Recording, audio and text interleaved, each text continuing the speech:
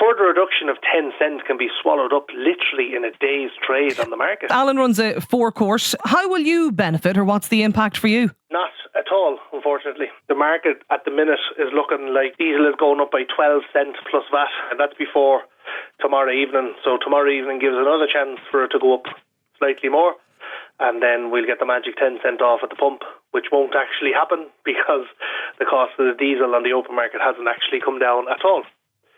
So we'll be back to the situation of the government saying, oh, we gave you the 10 cent, we gave you the 10 cent, and now you're not passing it on to the customer.